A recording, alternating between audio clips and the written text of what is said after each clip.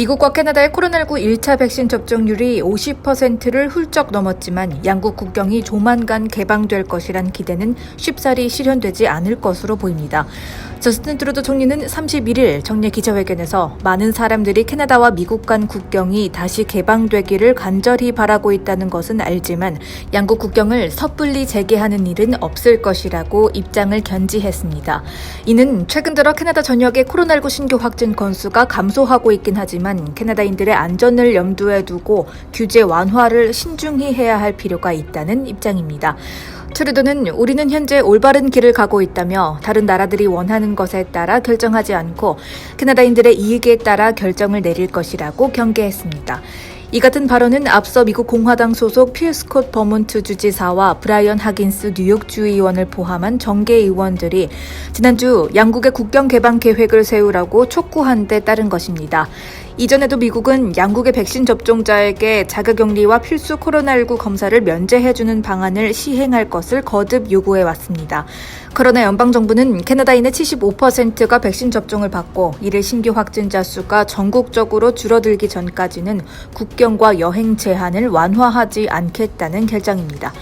트루도는 이날 우리 모두는 해외로 휴가를 떠나고 싶고 친구들도 만나고 싶다며 하지만 혹시 모를 확산 여파로 또다시 국경을 열었다가 봉쇄하고 싶지는 않다고 선을 그었습니다. 한편 캐나다와 미국 간 국경은 지난해 3월 21일부터 지금까지 봉쇄된 채로 이어오고 있습니다. 이러한 국경 봉쇄 조치는 지난 20일부로 오는 6월 21일까지 한 차례 더 연장됐습니다. 다음 소식입니다. 캐나다가 올해 코로나19 제재 완화에 따른 빠르고 강한 회복세로 높은 경제 성장률을 보일 것으로 전망됐습니다. 경제협력개발기구 OECD는 31일 경제 전망 보고서에서 올해 캐나다 경제 성장률 전망치를 지난 3월보다 1.4% 올린 6.1%로 제시했습니다. 이는 올해 세계 경제 성장률 전망치인 5.8%보다 0.3%포인트 높은 수준으로 주요 20개국의 경제 성장률 전망치인 6.3%를 약간 밑도는 수치입니다. 캐나다는 G20국가 중 인도와 중국, 영국과 미국, 그리고 아르헨티나의 뒤를 이어 세계 5위 경제 성장 국가로 예상됐습니다. 다만 OECD는 내년 캐나다의 경제 성장률은 3.8%가 될 것으로 예측했습니다. 이는 지난 3월보다 0.2%포인트 하향 조정된 것입니다. OECD는 백신 접종 확대와 주요국 정책 효과 등으로 세계 경제 회복세가 점차 강화될 것이라며 반대로 백신 접종이 기대에 미치지 못하거나 변이 바이러스가 확산할 경우 경제 성장률은 낮아질 수 있다고 내다봤습니다. 이 가운데 캐나다의 1분기 성장률은 0.4%로 OECD 평균 0.3%를 작은 폭으로 상회한 것으로 나타났습니다.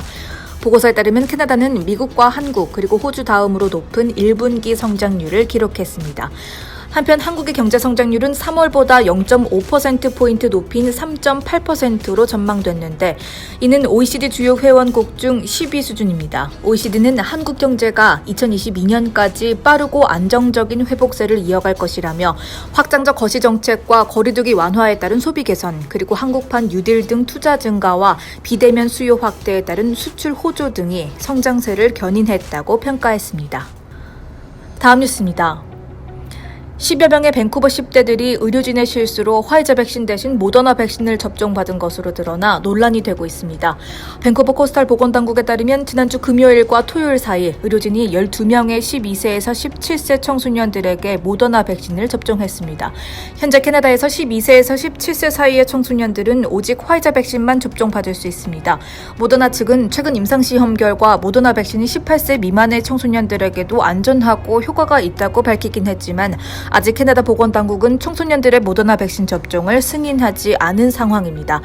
BC 보건당국은 지난주부터 12세에서 17세 사이 청소년에 대한 백신 접종을 본격적으로 실시한 바 있습니다. 밴쿠버 코스탈 보건당국은 이번 일에 대해 즉각 사과하며 이와 같은 실수가 다시는 일어나지 않도록 추가 교육을 실시하겠다고 밝혔습니다. 이어서 보건당국은 해당 접종자에게 백신이 잘못 접종됐다는 사실을 알리긴 했지만 모더나 백신이 청소년 접종자에게 부정적인 영향은 끼치지 않을 것으로 보인다고 덧붙였습니다. 다음 소식입니다. 캡롭스 인디언 기숙학교터에서 215구의 어린이 유해가 발견됐다는 소식이 전해진 이후 캐나다 전국 곳곳에서 추모 행진이 이어지고 있습니다. 당시 강제로 기숙학교로 보내진 원주민 학생들은 약 15만 명으로 추산되며 학교 내의 열악한 환경과 박해로 인해 사망한 어린이는 지금까지 공식 확인된 수만 해도 4,100명에 이릅니다. 캐나다 정부는 지난 2008년에 원주민 차별에 대해 공식으로 사과했고 2017년에는 기숙학교에서 학대당한 원주민 학생들에 대해서도 공식 사과한 바 있습니다. 캡롭스 원주민 학교터에서 200구가 넘는 어린이 유해가 발견됐다는 소식에 시민들은 희생자 추모의 의미로 밴쿠버 아트갤러리 앞 광장과 토론토 의사당 계단에 수십 켤레의 아이들 신발을 놓기도 했으며 BC 교사협회는 이번 주 오렌지 셔츠 데이를 지정할 예정이라고 밝혔습니다. 또 BC 플레이스 측도 31일 스타디움의 조명을 오렌지색으로 맞추겠다고 전했습니다. 저스틴 트루도 총리는 성명을 통해 무고하게 희생당한 215명의 어린이들과 생존자 그리고 그들의 가족을 기리기 위해 모든 주요 정부 청사에 조기를 개양하겠다고 밝혔습니다. 이어서 트루도 총리는 이번 일로 캐나다의 어두운 역사에 대해 다시 한번 반성하게 된다며 캡롭스 기숙학교와 진실 규명을 위해 연방정부 차원으로 추가적인 조치를 취하겠다고 약속했습니다.